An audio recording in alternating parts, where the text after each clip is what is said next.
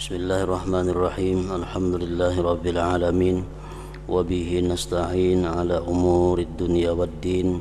Asyhadu an la ilaha illallah wahdahu la syarikalah wa asyhadu anna sayyidana Muhammadan abduhu wa rasuluh. Allahumma salli wa sallim wa barik ala sayyidina wa habibina Muhammad wa ala alihi wa ashabihi ajma'in.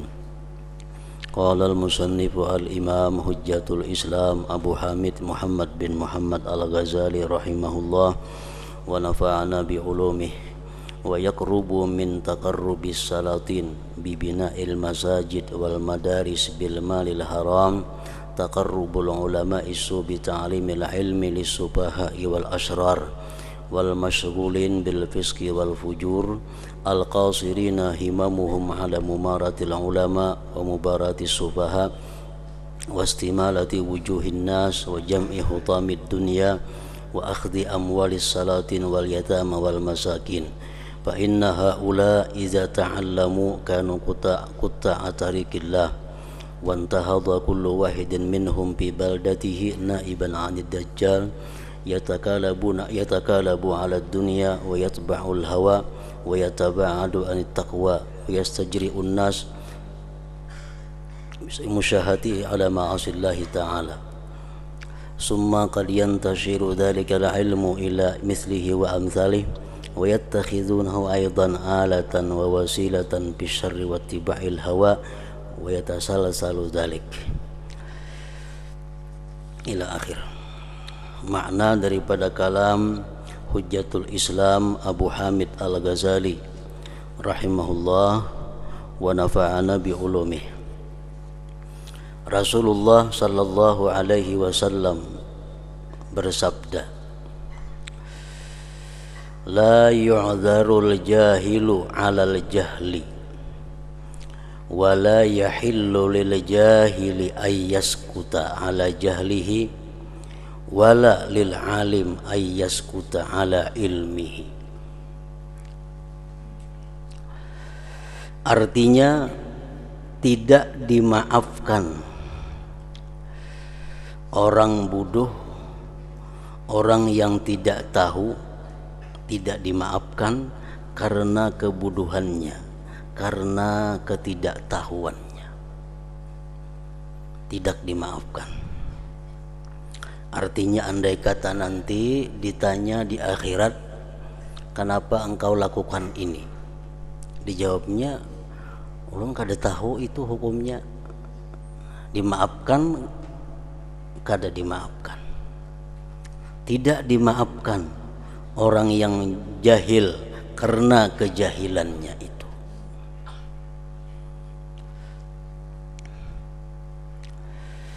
Dan tidak halal bagi orang bodoh, bagi orang yang tidak tahu, diam atas kebodohannya. Artinya orang yang kada tahu, kada boleh kada belajar. Orang yang kada tahu, kada boleh kada bertanya sebelum dia masuk pada urusan atau perkara yang dia kehendaki. Orang hendak berdagang, sedangkan inya kada tahu apa-apa syaratnya berdagang, apa-apa rukunnya berdagang, kada tahu lagi. Hendak berdagang, nah kada boleh kalau kada bertanya dahulu. Kayak apa caranya berdagang itu yang benar, kayak apa berdagang itu yang sesuai dengan syariat Allah. Orang hendak kawin, kada boleh inya kawin kecuali belajar dahulu tentang bagaimana hukumnya perkawinan itu. Apa tugas-tugas kalau sudah jadi seorang suami, apa-apa yang wajib dilakukan. Nah, bagi seorang perempuan pun demikian, wajib belajar apa-apa yang mesti dilakukan kalau jadi seorang istri. Wajibkah ini dilakukan? Bolehkah ini dilakukan? Haramkah? Nah, jadi tidak halal seseorang itu tidak boleh diam, kada betakun. Dan tidak halal bagi orang yang berilmu diam atas ilmunya. Nah, orang yang berilmu kalau mengetahui ada saudaranya yang keliru, ada saudaranya yang salah, maka dia tidak halal untuk diam. Artinya berdosa. Kita misal ke masjid, begitu di masjid kita banyak atau ada melihat orang nang sembahyangnya kada bujur, kada boleh berenai, karena kita tahu bahwa saudara kita itu sembahyangnya kada sah, kada boleh kita berenai, mesti kita beritahu, karena kita melihat saudara kita salah sujudnya, salah rukuknya, nah kada halal kita diam. Jadi makanya kalau masuk masjid jangan boleh lihat orang sembahyang. Bila melihat orang sembahyang ada nang luput, kada halal berdiam, kada boleh berdiam. Walalil alim ayyaskuta ala ilmihi.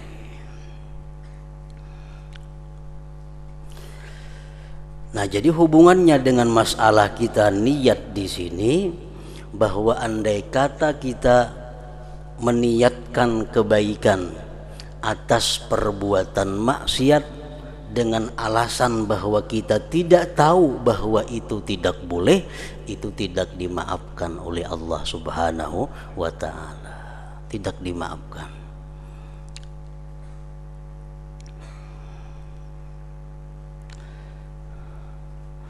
Dan mendekati, ada salah redaksinya, dan mendekati orang-orang yang mendekatkan diri kepada, nah itu dicurit, orang-orang yang mendekatkan diri kepada, dicurit itu diganti lawan takarrubnya atau pendekatannya.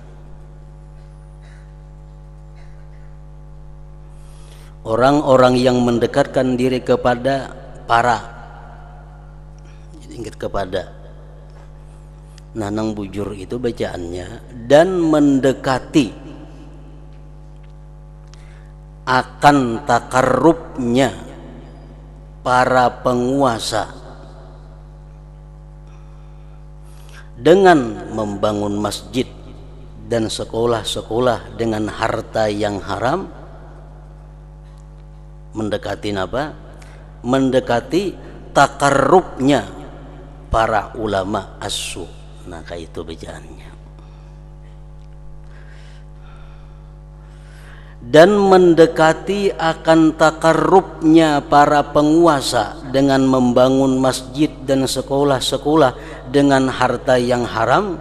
Takarrubnya para ulama as-su, ulama yang jahat, dengan mengajarkan ilmu dengan orang-orang bodoh dan orang-orang jahat yang disibukkan dengan perbuatan fasik dan perbuatan aniaya, yang terbatas cita-citanya atas berdebat dengan para ulama, berlomba-lomba dengan orang bodoh, menarik atau mencari perhatian muka-muka manusia, mengumpulkan harta benda dunia, dan mengambil harta penguasa, anak yatim dan orang-orang miskin.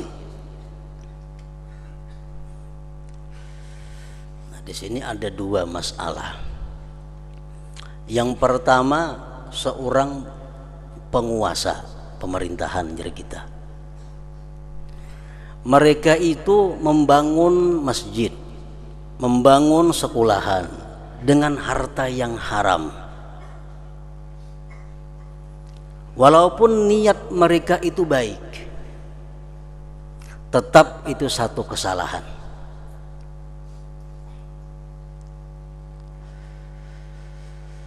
Pemerintah yang membangun masjid, membangun sekolah, membantu anak yatim, membantu masyarakat, tapi dengan harta yang haram, itu hukumnya adalah haram. Walaupun niat mereka itu baik, Karena niat yang baik tidak memberi bekas dalam perbuatan yang maksiat. Adapun orang yang diberi, orang yang dibantu, itu kada tahu urusannya iya. Kada ada sangkut pautnya. Jadi dosanya itu kepada yang memberi.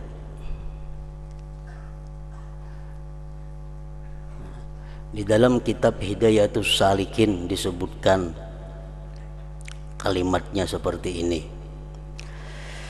Dan kata setengah ulama bahwa pemberian raja-raja itu halal bagi orang kaya dan orang fakir apabila tidak diyakini haramnya.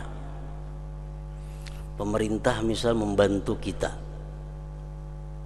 yakinlah nang dibantu itu duit haram, yakinlah kita. Kalau yakin itu berarti kita melihat dengan jelas atau mengetahui dengan jelas. Nah ini kada yakin kita haramnya duit yang disumbangkannya itu, halal duitnya, halal. Dan hanya saja dosanya itu atas orang yang memberi pula.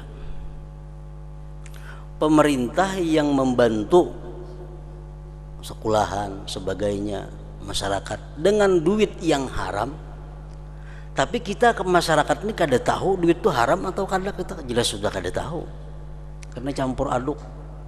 Nah duit itu halal bagi kita, tapi bagi mereka yang menyumbangkan duit haram tadi, inya menanggung dosanya. Nah pendapat ini dimu'tamadkan oleh Syekhun al-Alimul Allamah al-Amil bi ilmihi Maulana Syekh Muhammad bin Sulaiman al-Qurdi al-Madani al-Mufti bil Madinatil Munawwarah. Nah, orang yang disumbang kada jadi masalah selama mereka tidak yakin sumbangan itu dari yang haram. Nah mereka yang menyumbang ini berdosa walaupun niatnya baik, walaupun tujuannya baik, tapi karena yang disumbangkan itu benda atau harta yang haram, jelas sudah haram. Nah mendekati itu artinya paraksama lawan itu, ulama-ulama yang mengajarkan ilmu kepada orang-orang yang bertujuan untuk berdebat kepada ulama, mengumpulkan harta dunia, atau mencari muka di sisi para raja. Nah sama hukumnya pun haram juga, walaupun ulama itu punya niat yang baik. Sudah tahu nang belajar lawan seorang ni orangnya kada pajang memakai kada ka ilmu, pajang dijualnya pulang kena ilmu itu kalain. Nah ini ulama nang melajari ini walaupun niat baik tetap dianggap satu dosa.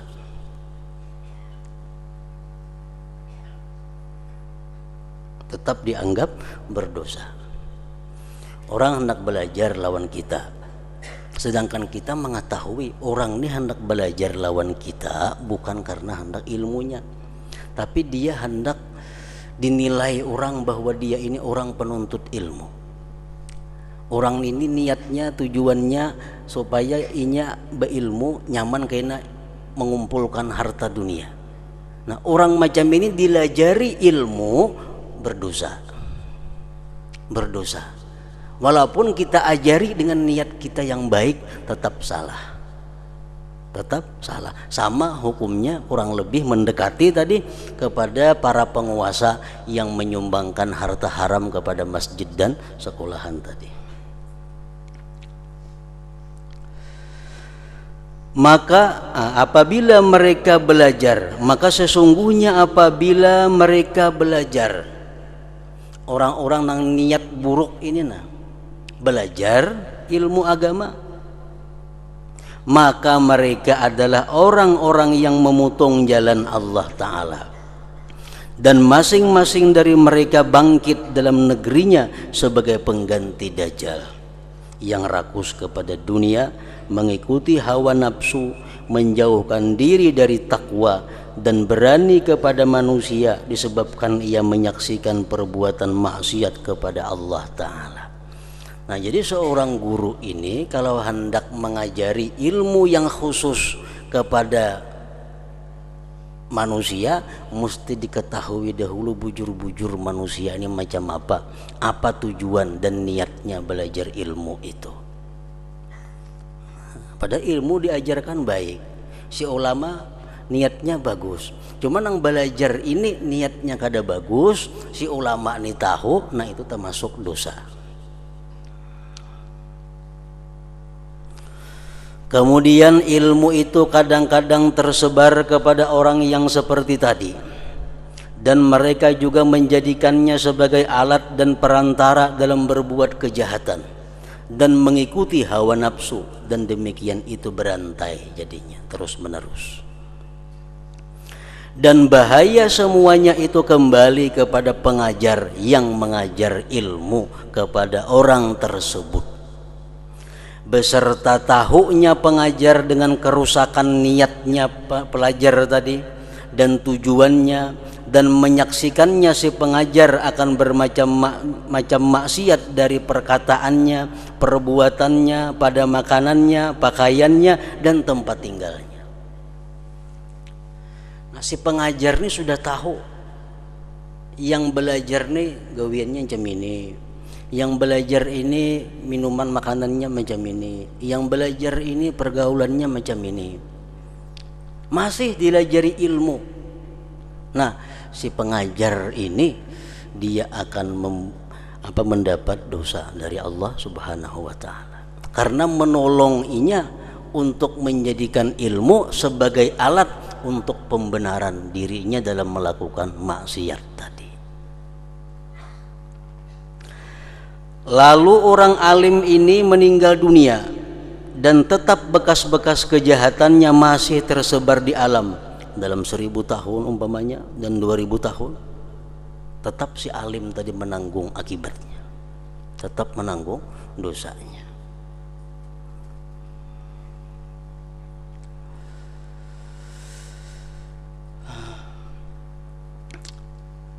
Bahagialah orang yang apabila mati, maka mati bersamanya dosa-dosanya. Beruntung orang yang bila mana mati, mati juga dosanya. Artinya apa? Sangat celaka orang yang begitu mati, dosanya masih hidup. Ini yang paling celaka. Orangnya sudah mati, tapi dosanya masih hidup, mengalir ke dalam kubur dosanya. Sebabnya apa? Dia mengajarkan ilmu kepada orang yang dia ketahui orang itu membawa ilmu kepada jalan yang salah.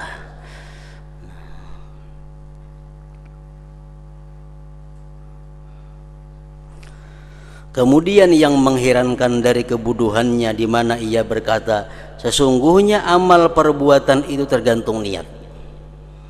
Alasannya mengajar ilmu tadi, jadinya amal tergantung niat. Dan saya maksudkan dengan yang demikian mengembangkan ilmu agama. Kalau ia menggunakan ilmu itu dalam kerusakan, maka perbuatan maksiat itu darinya, bukan dariku. Nah, itu alasan yang salah. Sebab ini sudah tahu kelakuannya, yang menuntut ilmu ini sudah tahu kelakuannya jam ini, tetap aja dilajari. Dan tidaklah saya maksudkan dengannya selain agar dia meminta tolong dengan ilmu itu untuk berbuat kebaikan. Hanya saja cinta kepemimpinan diikuti oleh orang dan membangga-banggakan dengan ketinggian ilmu adalah membaguskan demikian dalam hatinya. Dan syaitan dengan perantara cinta kepemimpinan itu ia menipunya.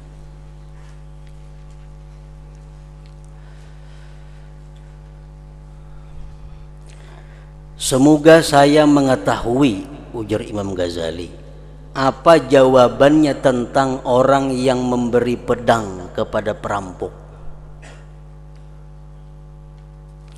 dan ia menyediakan baginya kuda, kendaraan dengan sebab-sebab yang dipakai kepada maksudnya. Orang ini sudah nyata-nyata gawiannya terkenal perampok,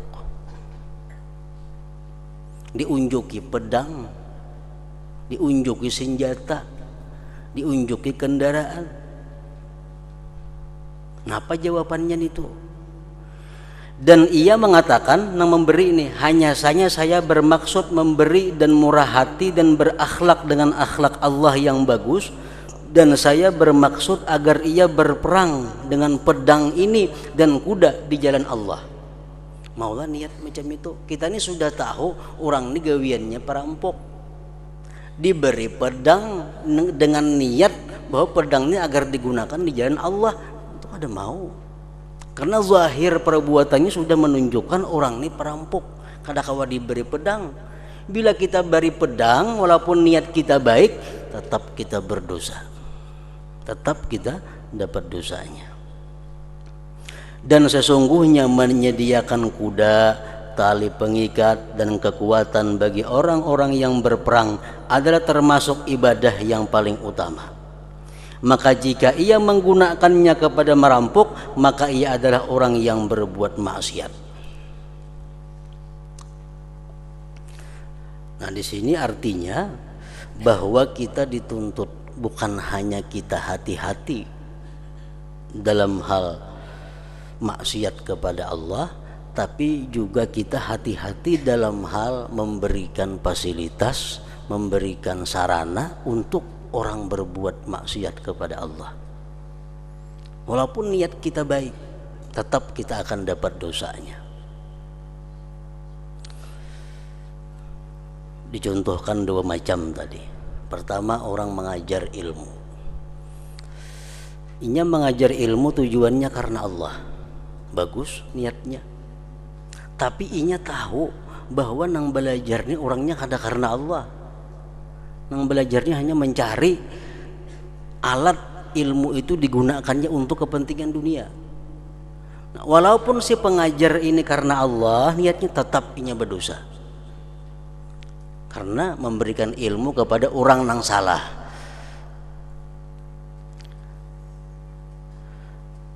Orang yang diketahui sebagai penjahat diberi senjata dengan niat digunakannya untuk sabilillah, niatnya bagus. Cuma kita sudah tahu orang tuh gawiannya penjahat.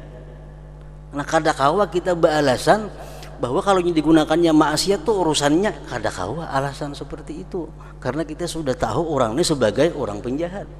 Nah, niat nang baik tadi karena memberi bekas. Nah, di sini kita artinya dituntut untuk berhati-hati bukan hanya masalah ini, tapi masalah anak, masalah istri, masalah keluarga. Sama halnya, kita tahu umpamanya anak kita ini ketujuh agak, anaknya ketujuh penampilan, ditukarakan inya baju nang larang, ditukarakan kendaraan nang larang. Niat napa? Karena sayang dua anak. Niatnya bagus, sayang dua anak, tapi menyalurkan anak untuk kesombongannya, berdosa kuitannya ini. Ini sudah tahu bini kita ini ketujuh bagak orangnya. Bini kita ketujuh bagak. Niat kita bagus memberi bini karena sayang, bagus niatnya. Cuma sudah tahu bininya ketujuh bagak, ditukarakan pakaian yang baik-baik, nang lakinya dapat dosanya karena menyalurkan maksiat bininya itu. Nah, jadi hati-hati bebari ini tuh walaupun lawan bini, lawan anak.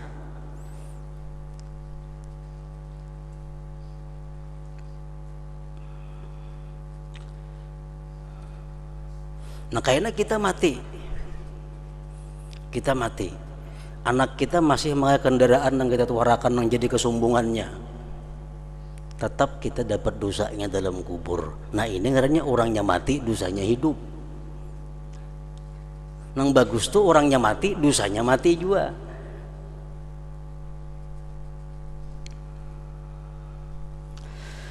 Dan para ahli fikih telah sepakat bahwa demikian itu adalah haram. Haram.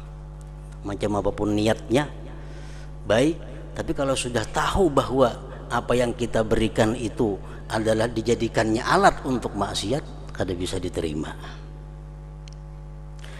Padahal bahwa murah hati itu adalah akhlak yang disukai Allah Ta'ala.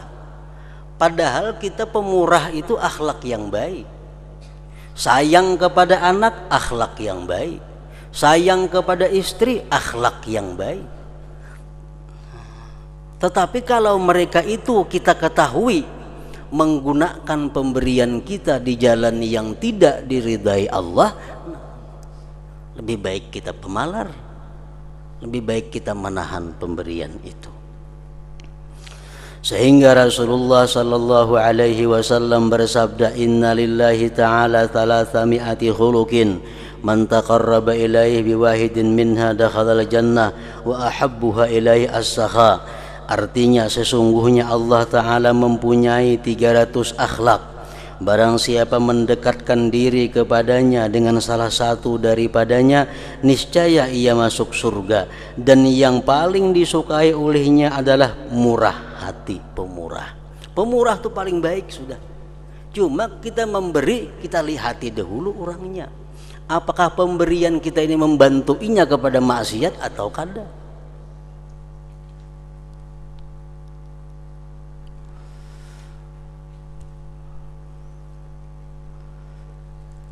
Maka mudah-mudahan saya mengetahui mengapa murah hati diharamkan. Mengapa murah hati diharamkan? Dan mengapa wajib atasnya agar melihat, memikirkan tanda-tanda keadaan dari orang yang zalim ini. Sebelum kita bermurah hati kepada anak, istri atau orang lain, kita pikirkan dulu adakah tanda-tanda kezaliman pada orang yang bakal kita beri itu.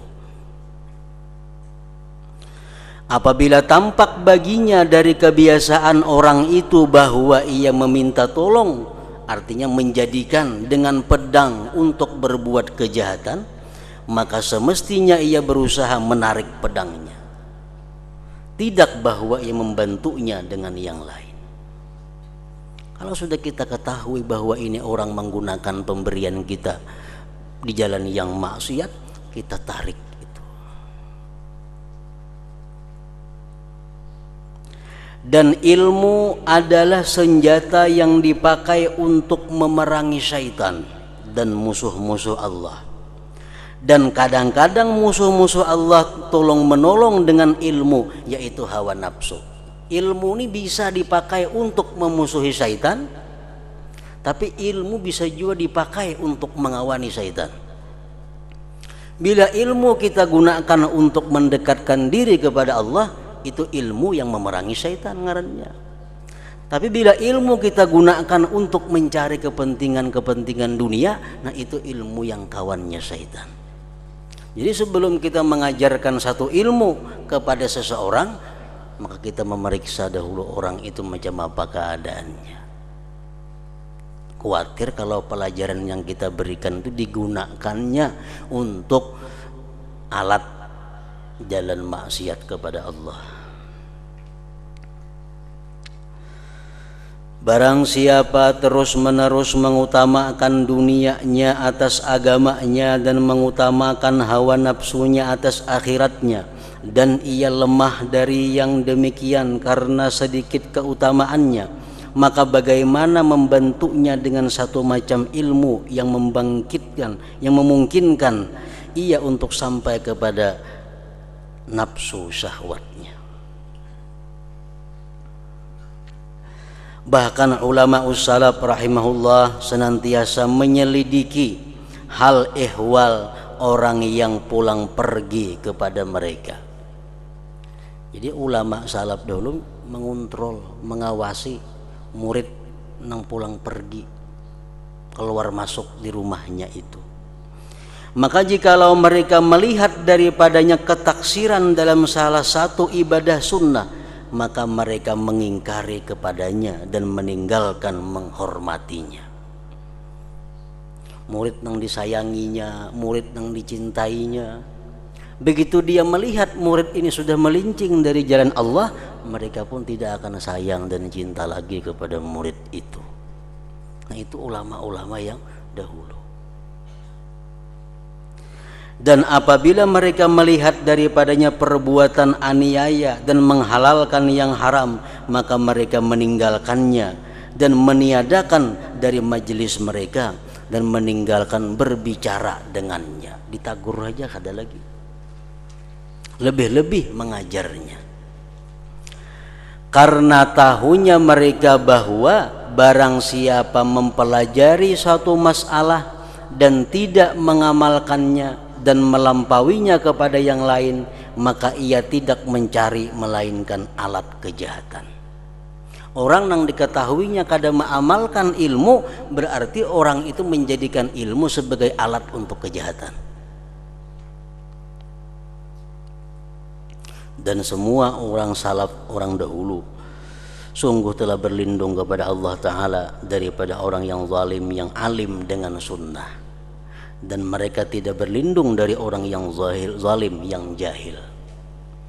Orang yang alim, yang menggunakan ilmunya untuk kepentingan-kepentingan dunia, itu yang mereka sangat berlindung kepada Allah. Diceritakan dari sebagian murid Ahmad bin Hanbal rahimahullah bahwa ia pulang pergi kepadanya beberapa tahun. Ada seorang murid ini mengaji lawan Imam Ahmad bin Hanbal beberapa tahun, bulang-bulik ke rumah sidin, bulang-bulik ke rumah sidin. Kemudian bertepatan bahwa Ahmad berpaling daripadanya dan meninggalkannya, dan ia menjadi tidak berbicara kepadanya. Imbah itu Ahmad bin Hanbal nih kada menagur lagi lawan murid tadi, kada menagur lagi, kada menyapa lagi, kada mau lagi melajari. Maka murid tersebut senantiasa bertanya kepadanya tentang perubahan sikapnya kepadanya. Kenapa pian guru dulu pian menagur ulun, dulu pian mencari ulun, dulu pian mahabari ulun, sekarang pian apa kada hiri-hiran lagi lawan ulun? Dan Ahmad tidak menyebutkannya, sehingga ia berkata, ujar Ahmad, telah sampai kepadaku bahwa kamu telah mempelistar dinding rumahmu dari sisi jalan, dan kamu telah mengambil tanah sekedar ikan. Ikan ini ada mengambil tanah jalan raya sedikit untuk mencukupi memelistar rumah hikam. Jadi aku kada hendak melajari murid yang macam itu. Maka hikam tahu itu kada boleh, yaitu satu jari dari jalan kaum muslimin. Maka kamu tidak patut untuk memindahkan ilmuku kepada kamu.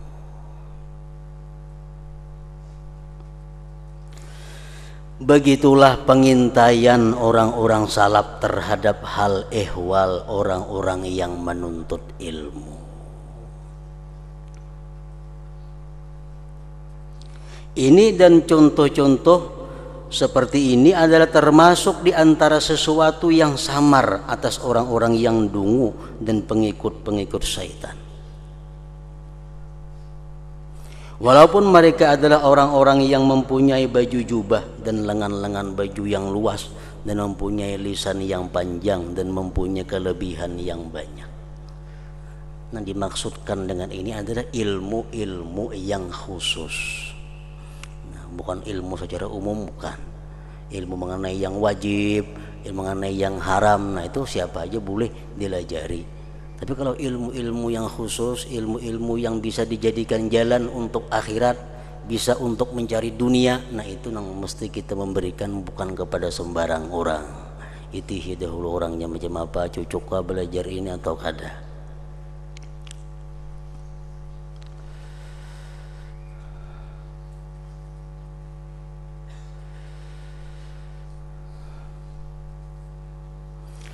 Begitulah pengintaian orang-orang salaf terhadap hal ehwal orang-orang yang menuntut ilmu.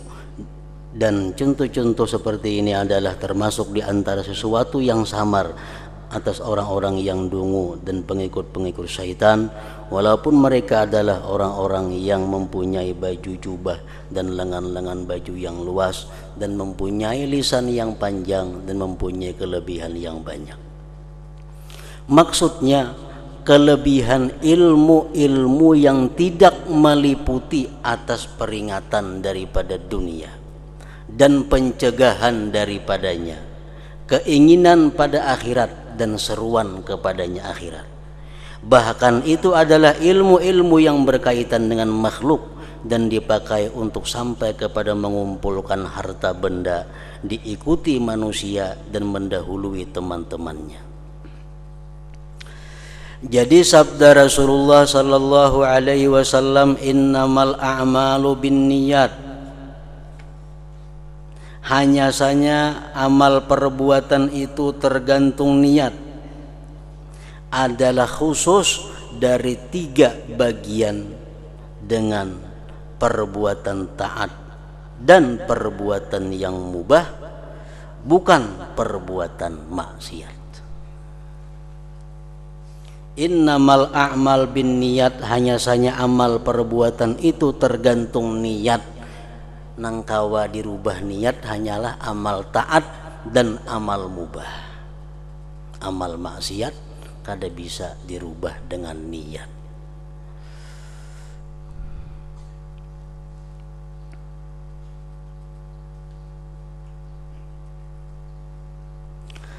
Karena perbuatan taat bisa berubah menjadi maksiat dengan niat. Perbuatan itu nyata-nyata taat, seperti sedekah itu taat, tapi karena niatnya untuk mencari simpati jadi maksiat.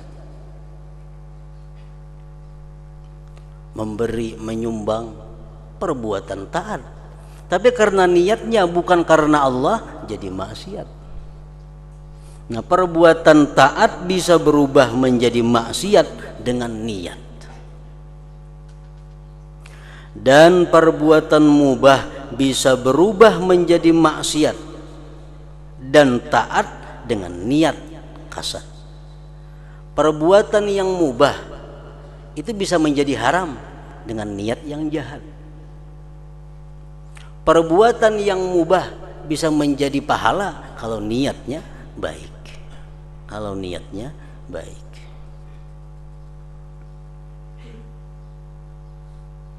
Adapun perbuatan maksiat maka tidak dapat berubah menjadi perbuatan taat dengan niat sama sekali. Perbuatan maksiat maka tidak dapat berubah menjadi perbuatan taat dengan niat sama sekali. Memang niat mempunyai pemasukan kepadanya. Perbuatan maksiat ini bisa dimasuki niat, yaitu apabila ditambahkan kepadanya maksud-maksud yang jahat. Nah, kalau perbuatan maksiat ditambah lagi niat-niat jahat yang banyak, maka semakin berlipat ganda dosanya. Makin berlipat ganda dosanya. Perbuatan yang jelas-jelas sudah haram. Aku nukar pedang hendak membunuh orang, itu sudah nyata haram. Karena membunuh orang karena aku pulang hendak membunuh si A, si B, si C. Makin niatnya berinting kada baik, makin menambah kejahatannya. Jadi perbuatan maksiat itu bisa masuk oleh niat yang jahat dan menjadi berlipat ganda dosanya. Memang niat mempunyai pemasukan kepadanya maksiat, yaitu apabila ditambahkan kepadanya maksud-maksud yang jahat, maka semakin berlipat ganda dosanya dan besar bahayanya. Seperti yang telah kami sebutkan yang demikian itu pada kitab Taubah.